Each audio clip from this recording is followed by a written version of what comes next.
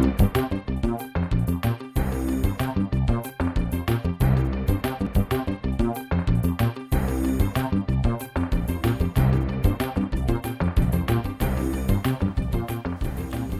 আমন্ত্রণ যমুনার বিশেষ আয়োজন ডক্টর অন কলে।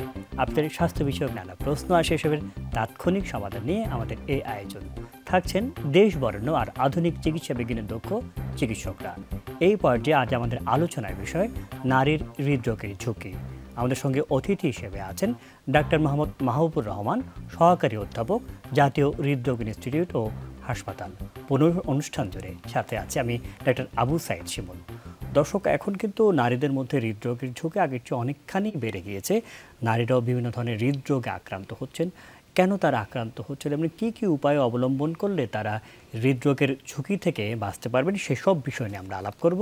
আমাদের সাথে অতিথি হিসেবে আছেন ডাক্তার মোহাম্মদ মাহবুবুর রহমান। আপনাকে স্বাগত আমাদের অনুষ্ঠানে। ধন্যবাদ আপনাকে। জি, একটু যদি আমাদেরকে বলতেন, নির্দিষ্ট যদি কোনো পরিসংখ্যান থাকে বা আপনাদের প্রাত্যহিক যে রোগী দেখার বিষয়, সেটাতে নারীদের আসলে কেমন পাচ্ছেন, আসলে হৃদরোগের ঝুঁকিতে কতটুকু রয়েছে আমাদের নারীরা? ধন্যবাদ আপনাকে, সেই সাথে আজকে অনুষ্ঠান যারা দেখছেন সবাইকে ধন্যবাদ সাথে থাকার জন্য। আমরা নারীদের কিন্তু জন্মের পর থেকে নারীরা বিভিন্ন স্টেজ পার করে তাদের সারাটা জীবনে। যেমন একজন শিশু, নারী শিশু, সেটা যখন অ্যাডোলেসেন্ট হয় বা 14-15 বছর বয়স হয়, তখন কিন্তু ওনার একটা বিশেষ সময়ে চলে যায়। তখন থেকে তাদের হয় বডিতে কিছু হরমোনাল চেঞ্জ চলে আসে। ঠিক তখন থেকেই একদিকে যেমন সেই হরমোনগুলো তাদের জন্য বডিতে হৃদরোগের ঝুঁকিগুলো কমায়, ঠিক সেই অবস্থায় অ্যাডোলেসেন্ট বা বয়ঃসন্ধিকালে পরেই কিন্তু তাদের মাঝে কিছু প্যাথোলজিক্যাল কন্ডিশনও দেখতে পাই আমরা। যেমন আমরা বলে থাকি পিসিওএস বা পলিসিস্টিক ওভারি। এখানে হরমোনাল কিছু অসামঞ্জস্যতা তৈরি হয়, সেই জিনিসগুলো কিন্তু তাদের হৃদরোগের ঝুঁকি বাড়িয়ে দেয়। আবার এই নারী ঠিক তারা যখন প্রেগনেন্ট হন বা মা হওয়ার যে সূচনাটা, সেই প্রেগনেন্সি কন্ডিশনে তাদের কিন্তু হৃদরোগের ঝুঁকিগুলো কিন্তু অনেক বেড়ে যায়। এবং বিশেষ করে যদি তখন তাদের কোনো উচ্চ রক্তচাপ যদি আগের থেকেই থেকে থাকে, তখন সেই জিনিসগুলো বেড়ে যায়। এই জিনিসগুলো আমরা ডিটেলস হয়তো কথা বলবো। তারপর আরও কিছু কন্ডিশন আছে, এক্লাম্পসিয়া আমরা বলে থাকি। এই জিনিসগুলোর সম্ভাবনা অনেক বেড়ে যায় এবং সেটা কিন্তু আলটিমেটলি হৃদরোগের ঝুঁকিটাই কিন্তু বাড়ায়। তাহলে একজন আবার ঠিক একইভাবে নারীদের যে বিশেষ হরমোন তৈরি হয় ওভারি, এটা যদি আপনি সার্জিক্যাল কোনো কন্ডিশনের কারণে যদি আপনাকে কেটে ফেলতে হয়, তখন হৃদরোগের ঝুঁকি কিন্তু আবার যেটা প্রোটেকশন ছিল তার বডিতে, সেটা কিন্তু আবার বেড়ে যাবে। ঠিক একইভাবে বয়স 45 বা 50 কাছে গিয়ে যখন ওনার বয়ঃসন্ধি সময়টা শেষ হয়ে যাবে, পার হয়ে যাবে, মেনোপজ বলে থাকি আমরা, এই মেনোপজে পরে কিন্তু তার বডি হৃদরোগের ঝুঁকিগুলো কিন্তু আবার ঠিক আগের মতো বেড়ে যাবে, একজন পুরুষের মতোই। আচ্ছা। তো যার ফলে একজন নারীকে তার জীবনে টোটাল জীবনে কিন্তু অনেকগুলো স্টেজ পার হতে হয় এবং সবগুলি কিন্তু বিশেষ ধরনের। এবং এই এক একটা বিশেষ ধরনের কিন্তু এক এক ধরনের পরিস্থিতির সৃষ্টি হয়। আলটিমেটলি হৃদরোগের ঝুঁকি কিন্তু তাদের বলতে গেলে পুরুষের চেয়ে এখন অনেকটা বেশি। আচ্ছা, একটু যদি বলতেন, আপনি প্রেগন্যান্সিতে বা গর্ভাবস্থায় নারীদের হৃদরোগের ঝুঁকি নিয়ে বলেছিলেন। আসলে আমাদের দেশে তো এখন মোটামুটি অ্যান্টিনেটাল চেক আপ হয়, তবুও যদি একটু বলতেন যে কী কী লক্ষণ আসলে দেখলে এই সময় মায়েরা যারা গর্ভবতী তারা মনে করবেন যে তার হৃদরোগের কিছু সম্ভাবনা রয়েছে, কারণ আমার একটু হয়তো বেটার ট্রিটমেন্টের জন্য বা পরামর্শের জন্য চিকিৎসকের কাছে যাওয়া উচিত। জি, ধন্যবাদ আপনাকে। একজন গর্ভবতী নারী, তাকে আমাদের অ্যান্টিনেটাল চেক আপে আমরা যে চেক আপগুলো করে থাকি, এর বাইরে বিশেষ কিছু চেক আপ আসলে প্রয়োজন। বিশেষ করে যারা রিস্কে থাকেন, কারো যদি আগের থেকেই উচ্চ রক্তচাপ থাকে, এই নারীগুলো প্রেগনেন্সিতে যেহেতু তাদের বডিতে তাদের ব্লাড ভলিউম কিন্তু অনেক বেড়ে যায়। প্রায় বলতে গেলে আমাদের বডিতে ব্লাড ভলিউম, আমরা হয়তো 5 লিটার ব্লাড নিয়ে টোটাল হার্ট আমাদেরকে কাজ করছে, 5 লিটার ব্লাডকেই সে সারা বডিতে সার্কুলেশন করছে। কিন্তু এই সময় কিন্তু ব্লাড ভলিউমটাকে অনেক বেশি বেড়ে যায়, যেটা আমরা বলে থাকি প্রায় 50% ব্লাড ভলিউম বেড়ে যাচ্ছে। তাহলে এই 8 থেকে 9 লিটার ব্লাড তাকে কিন্তু পাম্প করতে হচ্ছে, যার ফলে হার্টের উপর এক্সট্রা একটা লোড হয়ে যাচ্ছে। কারো যদি আগের থেকে উচ্চ রক্তচাপ থাকে, তাহলে এই উচ্চ রক্তচাপের প্রবণতা কিন্তু ওই সময়টাতে অনেক বেশি বেড়ে যাবে। হার্ট ফেলও যদি তার কারো থাকে, এই সময় কিন্তু হার্ট ফেলও হয়ে যেতে পারে। অথবা আমরা আরেকটা কন্ডিশনের কথা জানি প্রেগনেন্সিতে, যেটাকে বলি আমরা প্রিএক্লাম্পটিক কন্ডিশন বা এক্লাম্পসিয়া। এখানে আপনার হৃদরোগের ঝুঁকি বা এখান থেকে মাতৃমৃত্যুর যে হার, এই প্রিএক্লাম্পসিয়া বা এক্লাম্পসিয়া যদি আপনি এই সময় উচ্চ রক্তচাপ কন্ট্রোল না করতে পারেন, তাহলে কিন্তু অনেক গুণ বেশি মাতৃমৃত্যুর হার এখানে হয়ে যাবে। তো সেই কারণে তাদের জন্য যেটা আমরা অ্যাডভাইস করি, যে যাদের উচ্চ রক্তচাপ আছে বা হার্ট ফেলিওর আছে বা আরেকটা সার্জিক্যাল কন্ডিশন আমি বলতে পারি, যে কিছু ভালভুলার হার্ট ডিজিজের পেশেন্ট থাকে, ধরুন মাইট্রাল ভালভুলার ডিজিজ বা মাইট্রাল স্টেনোসিসের পেশেন্ট। মাইট্রাল স্টেনোসিস এই ভালভের মুখটা কিন্তু এমনি সরু হয়ে থাকে, কিন্তু যেহেতু প্রেগনেন্সিতে তাকে অনেক বেশি ব্লাডকে হ্যান্ডেল করতে হয়, এই ব্লাডগুলো কিন্তু একটা ভালভের সরু মুখ দিয়ে বের হয়ে যেতে পারবে না, যার ফলে আলটিমেটলি কিন্তু হার্ট ফেলিওর হবে। যার ফলে এই পেশেন্টদের জন্য নর্মাল যে অ্যান্টিনেটাল চেক আপ আছে তার বাইরে তার জন্য একটা ইকোকার্ডিওগ্রাম, একটা ইসিজি বা নিয়মিত একজন কার্ডিওলজিস্টকে তত্ত্বাবধানে থাকা, এই জিনিসগুলো কিন্তু জরুরি। যদি আমরা এই হৃদরোগ সংক্রান্ত যে মৃত্যু হার এটাকে যদি কমাতে চাই, এবং এটা কিন্তু সম্ভব। ব্লাড প্রেশারটা কন্ট্রোল করার জন্য প্রেগনেন্সিতে অনেক ড্রাগই দেওয়া যায় না, কিন্তু এই সময় কিছু কিছু ড্রাগ আছে যেগুলো আমরা দিতে পারি, যেটা কিন্তু আপনাকে ডায়াগনোসিস হলেই কেবলমাত্র আপনি কন্ট্রোল করতে পারেন। আচ্ছা, এই যে আমরা নারীদের হৃদরোগের ঝুঁকির কথা আসলে বলছি, কিছু কিছু নারীদের তো অন্যদের চেয়ে ঝুঁকিটা বেশি দেখা যাচ্ছে। পরিবারের কারো যদি মা বা বাবার যদি হৃদরোগ থাকে, সেক্ষেত্রে ঝুঁকি আছে কিনা বা অন্য কোনো বিষয়ে ঝুঁকি আছে কিনা?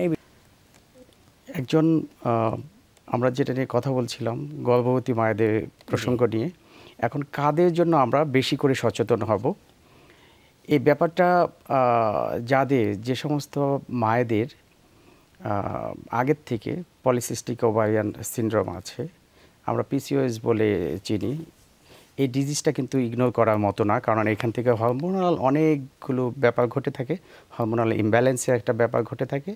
মহিলাদের বা মায়েদের যাদের পিসিওএস আছে বা পলিসিস্টিক ওভারিয়ান সিনড্রোম আছে, তাদের জন্য কিন্তু আমাদের সচেতন হতে হবে, কারণ ওনাদের ওবেসিটি পরিমাণটা অনেক বেশি অন্যদের চাইতে, ডায়াবেটিসের রিস্ক অনেক বেশি, এবং ওনাদের হাইপারটেনশনের রিস্ক অনেক বেশি। যার ফলে আমরা ঝুঁকি নিয়ে যেহেতু আলাপ করছিলাম, কিন্তু এই শব্দটা আসলে বারবার যেহেতু আসলে আমাদের দর্শকরাও একটু জানতে চাইবে যে পিসিওএস, যে পলিসিস্টিক ওভারিয়ান সিনড্রোম, এগুলো আসলে কিছু তো আমরা জানি অবভিয়াস কিছু লক্ষণ আছে, আমাদের দর্শকদের জন্য যদি লক্ষণগুলো একটু বলে দিতেন যে এই হলে পিসিওএস আমরা চিন্তা করব। আচ্ছা, পিসিওএসের যে এই পিসিওএসটা আসলে শুরু হয়, এটা যখন পিউবার্টিতে একজন মেয়ে পিউবার্টিতে যখন চলে আসে, তখন কিন্তু ওভারিটা যখন ফাংশন করতে থাকে, বয়ঃসন্ধিকালে যখন চলে আসে, তখন থেকেই ওভারিটা যখন অ্যাক্টিভ হয়, সেটা ইস্ট্রোজেন রিলিজ করতে থাকে, সেখানে আপনার সেই বয়স থেকেই কিন্তু পিসিওএসের লক্ষণগুলো আমরা পাই।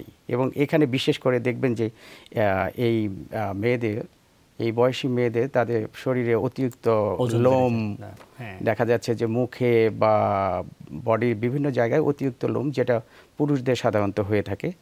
এই অতিরিক্ত লোম হওয়া বা এটা ঘাড়ের স্কিনটা কালো হয়ে যাচ্ছে, এটা অনেকটা পুরুষদের মতো। তারপরে হলো ওরা ওবেজ হয়ে যাচ্ছে, হ্যাঁ, ওবেসিটি, এই বেশি হেয়ার গ্রোথ এবং স্কিন কন্ডিশনগুলো চেঞ্জ হয়ে যাওয়া, এই লক্ষণগুলো যদি থাকে, এবং তাদের অনেক সময় মাসিক কিন্তু মাসিকের ব্যাপারটা কিন্তু আরও ইম্পর্ট্যান্ট, এবং এই বয়সে কিন্তু মাসিকটা নিয়মিত হয় না ওদের। দেখা যাচ্ছে যে 28 দিনে মাসিক, কিন্তু এটা 2 বার মাসিক হচ্ছে, বা অনেক সময় 40 দিন বা 60 দিন পর পর মাসিক, অর্থাৎ ইরিগুলার একটা মেনস্ট্রুয়েশন। তো এই জিনিসগুলো হলে আমরা কিন্তু ক্লিনিক্যালি কিন্তু আমরা ডায়াগনোসিস করে ফেলতে পারি যে এটা খুব সম্ভবত পিসিওএস, এবং একটা আলট্রাসোনোগ্রাম দিয়ে বা 2-1টা টেস্ট দিয়ে কিন্তু আমরা ডায়াগনোসিসটা কমপ্লিট করতে পারি। রুটিন চেকআপ আসলে কি করা উচিত প্রাথমিকভাবে যাদের ঝুঁকি বেশি বা সকলের জন্যই? কোন বয়স থেকে, ধরুন কারো কোনো লক্ষণ নাই, কিছু নাই, কোন বয়সে তার একটু হার্টের কি চেকআপগুলি করানো উচিত এবং কি চেকআপ করানো উচিত? যাদের কোনো family history of cardiac disease নেই, যাদের ফ্যামিলিতে হৃদরোগী নেই, তাদের জন্য আসলে একটা নর্মাল মানুষ যেভাবে চেক আপটা করেন, যে ওনার বডিতে যখন একটা সিমটম যদি চলে আসে, তখনই কিন্তু আমরা কেবলমাত্র চেক আপে যেতে পারি। যে আমার মাথা ঘুরে যাচ্ছে, তাহলে কি আমার হাইপারটেনশন হলো কি না, আমি কি বলে যে আমার বারবার কি বলে যে আমার ট্যাকিকার্ডিয়া হচ্ছে, বুক ধড়ফড় করছে, এই ধরনের সিমটম যদি হয়, অথবা বুকে ব্যথা হয়, এই ধরনের সিমটম না থাকলে কিন্তু যাদের ফ্যামিলি হিস্ট্রি নেই তাদের জন্য খুব বেশি চেক আপের প্রয়োজন নাই। এবং তবে ওনারা যদি যখন 40 এইজটা ক্রস করবেন, এই 40 এইজ এটা হলো 40কে আমরা একটা ল্যান্ডমার্ক ধরি, যে 40-এর পরে সাধারণত যাদের কোনো সিমটম নাই বা ফ্যামিলি হিস্ট্রি নাই তাদের কিন্তু 40-এর পরে গিয়ে কিছু প্রাথমিক চিকিৎসা বা চেক আপ করা যেতে পারে। এবং এর মাঝে একটা ইসিজি এবং একটা ইকোকার্ডিওগ্রাম সাফিসিয়েন্ট। একটা হৃদরোগী কোনো লক্ষণ থাকলে এই দুটোতেই চলে আসে। এবং সাথে সাথে ডায়াবেটিস যদি থাকে তাহলে কিছু টেস্ট, যেমন লিপিড প্রোফাইলটা করা যায়। ডায়াবেটিসের সাথে লিপিডের দারুণ একটা সম্পর্ক। ডায়াবেটিস আছে মানেই কিন্তু তার লিপিড প্রোফাইলটা অ্যাবনর্মাল হবে, এটা বেড়ে যাবে। সো আমার যাদের কোনো লক্ষণ নেই, ফ্যামিলি হিস্ট্রি নেই, তাদের জন্য আসলে 40-এর আগে কিছু প্রয়োজন নেই। আর যাদের রয়েছে তাদের যে পরীক্ষা নিরীক্ষাগুলি কথা বললেন সেগুলো আসলে সিমটমটা ডেভেলপ করলে সকল জায়গায় মোটামুটি অ্যাভেলেবেল। জি জি জি জি, খুব সুন্দরভাবে বলছেন। এই যে কি কি আসলে নিয়ম মেনে চললে বা লাইফস্টাইল কেমন হলে আমাদের মায়েরা বা আমাদের বোনেরা এই রোগ থেকে আসলে মুক্ত থাকতে পারবে? যে আমরা তো আলাপ করছিলাম যে রুটিনলি কী কী চেক আপ করতে হবে স্বাভাবিক মানুষ, কিন্তু যাদের ঝুঁকি রয়েছে তাদের ক্ষেত্রে কেমন হবে? আবার ছোটোবেলা থেকে অনেক সময় দেখা যায় যে ভালভিউলার হার্ট ডিজিজ বা যাদের আমরা যে বাত জ্বর বলে থাকি সেগুলো থেকেও তো অনেক সময় সমস্যা হয়। তাদের ক্ষেত্রে আসলে কি করা উচিত বা কখন রুটিন বা কি কি টেস্ট করা উচিত? ধন্যবাদ আপনাকে। এটা অত্যন্ত গুরুত্বপূর্ণ একটা বিষয় যে যাদের হৃদরোগের ঝুঁকি রয়েছে, যে সমস্ত মায়েদের বলেন বা আমাদের মেয়েদের হৃদরোগের ঝুঁকি যাদের বেশি রয়েছে, এটা ফ্যামিলি হিস্ট্রি হতে পারে, বা যাদের ছোটোবেলার থেকে বাত জ্বর রয়েছে, এটাকে আমরা রিউম্যাটিক ফিভার বলে থাকি। এই বাত জ্বর কিন্তু এটা আপনার 5 ইয়ার্স থেকে 15 বছর, 5 থেকে 15 বছর এই সময়ই কিন্তু ডিটেক্ট করা যায়। তাহলে যা বাত জ্বর রয়েছে এটা যদি আমি আর্লি ডিটেক্ট করতে পারি, এটা এবং আর্লি ডিটেক্টের পরে এই বাত জ্বর থেকে কিন্তু আপনার হার্টে বাল্ব স্টেনোসিস হয়ে যেতে পারে বা রিগাজিটেশন হয়ে যেতে পারে, এবং হার্টের 4টা বাল্বই কিন্তু এফেক্ট হতে পারে। এবং আমরা মেয়েদের ক্ষেত্রে কিন্তু রিউম্যাটিক ফিভার জনিত যে বাল্ব নষ্ট হয়ে যাওয়া, এই জিনিসগুলো কিন্তু মেয়েদের ক্ষেত্রে আমাদের দেশে সবচেয়ে বেশি, ছেলেদের তুলনায় ভালভুলার হার্ট ডিজিজ মেয়েদের বেশি আমরা যেটা পাই আমাদের দেশের ক্ষেত্রে। বিদেশে রিউম্যাটিক ফিভারের সংখ্যাটা কিন্তু দিন দিন কমে আসছে তাদের উন্নত চিকিৎসার জন্য, কারণ এই বাত জ্বর বা রিউম্যাটিক ফিভারটাকে কিন্তু প্রিভেন্ট করা যায়। সো বিদেশে এটা কমে এসেছে, কিন্তু আমাদের দেশে কিন্তু এখনও অনেক বেশি এবং মেয়েদের বেশি। তাহলে এই ঝুঁকিতে যারা আছে তাদের কিন্তু আমাদের আর্লি বাত জ্বরের সিমটম চলে আসার পর তাদের কিন্তু খুব আর্লি তাদের কোনো সিমটম যদি হতে পারে যে তাদের ট্যাকিকার্ডিয়া হচ্ছে, বুক ধড়ফড় করছে, এটা কিন্তু একটা 10 বছরের বাচ্চাও, মেয়ে বাচ্চা বা ছেলে বাচ্চার হতে পারে। তাহলে যাদের এই হার্টের সিমটমগুলো আছে তাদের জন্য হার্টে যে অ্যাসেসমেন্টগুলো, টেস্টগুলো কিন্তু আর্লি করতে হবে। এটা 10 বছর বয়সে যদি কারো ট্যাকিকার্ডিয়া হয় বা অনিয়মিত হৃদস্পন্দন যদি দেখা যায়, তাহলে কিন্তু তার একটা ইসিজি, একটা ইকোকার্ডিওগ্রাম কিন্তু এটা তার 10 বছর বয়সেই করতে হবে, বা যখন সিমটম দেখা যাবে তখনই করতে হবে। এবং এটা যদি চিকিৎসা করা যায় তাহলে কিন্তু পরবর্তীতে এটা তার প্রেগনেন্সির সময় যে জটিলতা হতে পারে সেটা থেকে আমরা মুক্তি পাবো, বা পরবর্তী হার্ট বাল্ব রিপ্লেসমেন্ট যেটা করা, এই বাল্ব রিপ্লেসমেন্ট থেকে কিন্তু আমরা এড়িয়ে যেতে পারি, যে বাল্বটাকে পরবর্তী রিপ্লেসমেন্ট করা লাগছে না। একটু যদি লাইফস্টাইল নিয়ে যদি একটু বলতেন, কি কি নিয়ম মেনে চললে বা কি কি খাদ্যাভ্যাস গ্রহণ করলে হৃদরোগের ঝুঁকি আমাদের নারীদের কম হবে? আচ্ছা, নারীদের জন্য আসলে পুরুষদের জন্য যেরকম নিয়ম নারীদের ঠিক তাই, কিন্তু বিশেষ করে তাদের যদি অ্যাংজাইটি, ইমোশন, টেনশন এই জিনিসগুলো যেহেতু বেশি, এগুলো যদি আমাদের কমানো যায়, এটা ফ্যামিলির সবার সহযোগিতা নিয়ে এই জিনিসগুলো থেকে তাদেরকে দূরে রাখতে হবে। দ্বিতীয়ত হলো যাদের পক্ষে সম্ভব এবং যারা পারবেন তা ওরাল কন্ট্রাসেপটিভ পিল ব্যবহার ডক্টরের পরামর্শ ছাড়া ব্যবহার করবেন না। এরপর ওবেসিটি একটা বড় ফ্যাক্টর, এবং বিদেশে কিন্তু স্মোকিং, নারীদের স্মোকিং বেশি।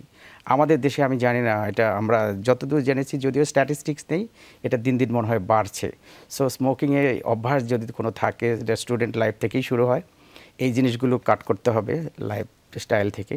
এছাড়া এক্সারসাইজের ব্যাপারটা কিন্তু আনতে হবে এখানে, অন্তত সম্পূর্ণভাবে একটা স্বাস্থ্যকর পরিবেশে পুরুষের ক্ষেত্রে এবং নারীদের ক্ষেত্রেও সেটা জীবনযাপন করলে আসলে এই হৃদরোগের ঝুঁকি থেকে মুক্ত থাকতে পারবে। এতক্ষণ আমাদের সাথে থাকার জন্য আপনাকে অসংখ্য ধন্যবাদ। ধন্যবাদ আপনাকে। দর্শক, যেমনটা আসলে শুনছিলেন, যেসব ঝুঁকির কথা বললেন, যারা ঝুঁকির মধ্যে রয়েছে তারা তো অবশ্যই একটু সাবধান হবেন। এছাড়া সকলেরই উচিত যে নিয়মগুলি বললেন, যে খাদ্যাভ্যাস বা লাইফস্টাইলগুলির কথা বলেন, সেগুলি যদি একটু আমাদের নারীরা মেনে চলেন, তাহলে আমাদের নারীরা, আমাদের মায়েরা এবং আমাদের বোনেরা ভালো থাকবেন। আমরা সকলে ভালো থাকি এই কামনে আজকের মধ্যে বিদায় নিচ্ছি। আল্লাহ হাফেজ।